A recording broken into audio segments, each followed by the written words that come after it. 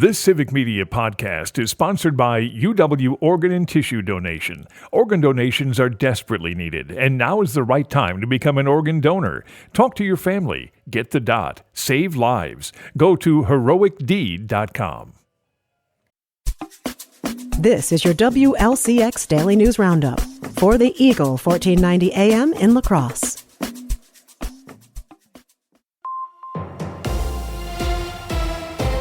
For AM 1490 WLCX, I'm Jimmy Kuska. Election Day is a week from today, and the presidential campaigns are both spending plenty of time here in Wisconsin.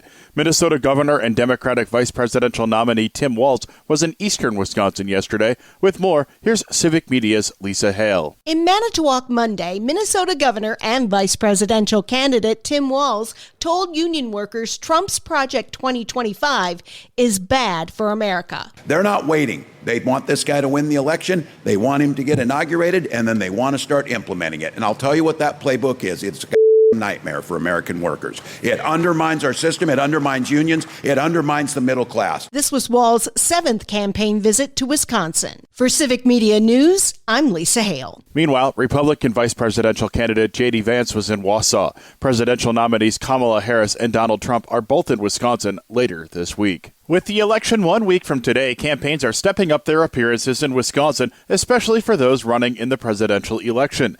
La Crosse got a visit from Jill Biden and Gwen Walz last night, the first time that the two had appeared at a campaign event together. The pair spoke to an audience of primarily teachers at an Education for Harris-Walz event where they touted Democratic policies and having a former teacher, Minnesota Governor Tim Walz, on the ticket. Both candidates for Wisconsin's 3rd Congressional District were in La Crosse yesterday. Republican Derek Van Orden attended a Dairyland Power Cooperative roundtable on nuclear energy, while Democrat Rebecca Cook was at a roundtable for Vote Common Good.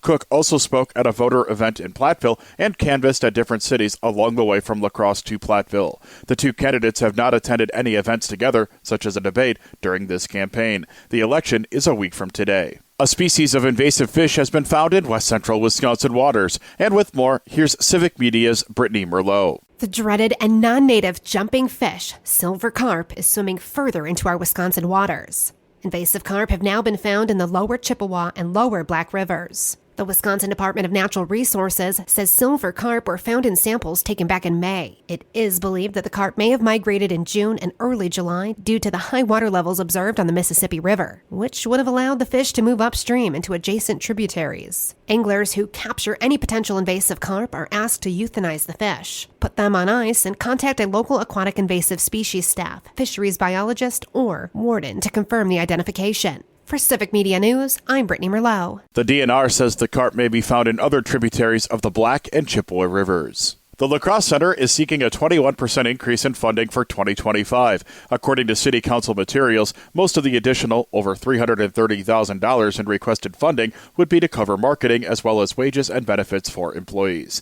The planned budget is also taking into account the increased cost of services such as cleaning and other routine maintenance. The City Council's Room Tax Commission will review the budget as well as explore La Crosse's $2.1 million request today. In addition to seeking more funding for mental health services in public schools, the state superintendent is proposing a plan to feed all Wisconsin students for free. With more, here's Civic Media's Brittany Merlot. Wisconsin State Superintendent is proposing free meals for all students. State Superintendent Dr. Jill Underly announced the proposal Friday. With the universal free meals proposal, all Wisconsin students would have access to a nutritious breakfast and lunch for free. The Wisconsin Department of Public Instruction says 1 in 4 Wisconsin high school students reported hunger due to the lack of food in their home. The proposal is part of Dr. Underly's 2025-27 biennial budget. It would also fully fund the school day milk program, and it would create a new program encouraging school districts to buy directly from local farmers and producers. For Civic Media News, I'm Brittany Merlot. A similar plan went into place across the border in Minnesota this year. A week from today, Wisconsin voters will consider a statewide referendum on non-citizen voting in local elections. Republicans who wrote the question say it will preserve election integrity. Some also say that Democratic presidential nominee Kamala Harris wants to go the other direction and expand election access to people who aren't U.S. citizens. Tricia Young from Wisconsin Watch checked that claim. Vice President Kamala Harris has not said she wants to allow undocumented immigrants to vote. Republican National Committee Chair Michael Whatley made the claim on Wisconsin radio but provided no evidence. Harris has campaigned for a pathway to citizenship, though she hasn't provided details. Federal law prohibits non-citizens from voting in federal elections, and experts say instances of non-citizen voting are negligible. Some localities allow non-citizens to vote in local elections. I'm Trisha Young for Wisconsin Watch. Learn more at wisconsinwatch.org. All voters in the state will get a say in whether or not to amend the state constitution next week. Take Civic Media with you anywhere you go with the free Civic Media app. Download it now at civicmedia.us/app or on your device's app store. From the Civic Media Newsroom in Western Wisconsin, I'm Jimmy Kuska for AM 1490 WLCX and lacrosseeagle.com. The Bucks lose in Boston. Hi, I'm Mike Clemens with sports. NBA, the Bucks losing to the Celtics 119-108. Milwaukee now 0-2 on this road trip. They've lost 3 in a row. Damian Lillard. It's definitely frustrating, because when we do what we're supposed to do, you see what the first game looked like, and then at moments of the last 2 games, you see when we do it what the game looks like. So it's definitely frustrating. I just think it's one of those things right now where you just gotta stay in the fight. The Bucks play in Memphis Thursday. College football, Badgers head coach Luke Fickell on reviewing the loss to Penn State over the weekend. It was tough, but as you look back at it, the thing that it comes down to is execution in the fourth quarter and then making plays. The Badgers play the Hawkeyes in Iowa Saturday night. The NFL Network reporting an MRI showed no serious damage for Jordan Love and that groin injury. Could he play Sunday against the Lions? Yeah, if he can go, he'll go. So we'll see where he's at by the end of the week. But if we feel like he can't protect himself, then we certainly wouldn't put him in that position. That's Matt LaFleur with sports. I'm Mike Clemens. On your entertainment beat, I'm Pete Schwaba. Venom: The Last Dance led the way at the U.S. box office last weekend, taking in $51 million, but it was still a bit of a disappointment. The final chapter of the Venom trilogy, starring Tom Hardy, was tracking to the tune of a much bigger showing at the box office. The studio was hoping it pulled in an additional $20 million. Partial blame can go to the World Series, but not all of it, according to prognosticators. No reason to shed tears for Sony, as the film is performing well overseas. Coming in second was Smile 2 with just over $9 million, but a 60% drop-off after opening weekend, a little more than you'd like. The Wild Robot took in over $6 million in its 5th weekend in theaters. Outperforming Smile 2 and The Wild Robot on a per-screen average was newcomer Conclave, which received rave reviews and came in 4th place despite a limited release compared to other films. Rounding out the top 5 was the Andrew Garfield-Florence Pugh-led romance We Live in Time, which was expanded to more theaters last weekend. Scary movie releases are winding down, folks. John Oliver's comedic takes on current events are top-notch. If you want a sample size and a good laugh, check out his and Will Ferrell's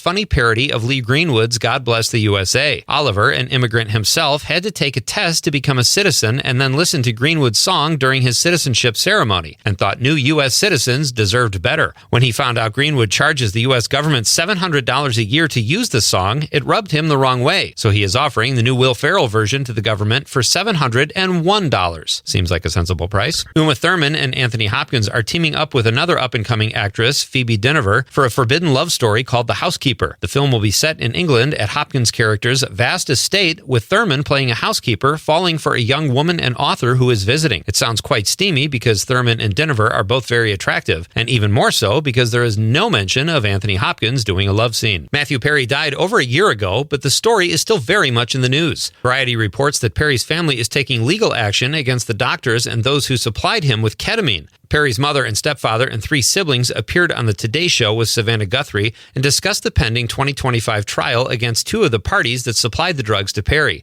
Charges were brought after a joint LAPD-DEA investigation into Perry's death. What could possibly be more fun than a Timothée Chalamet look-alike contest in New York City? How about Timothée Chalamet actually crashing the party? The actor showed up incognito at first to a sea of young men who looked similar and surprised everybody when he removed sunglasses and a mask, then posed for selfies with contestants. The contest was promoted by the use of flyers over the last few weeks. The winner was to receive a $50 prize. Seems kind of lame. In case you're wondering, the actual Timothée Chalamet took 3rd place. For more showbiz fun, tune into Nightlight with me, Pete Schwaba, weeknights from 6 to 8 p.m. on the Civic Media Radio Network.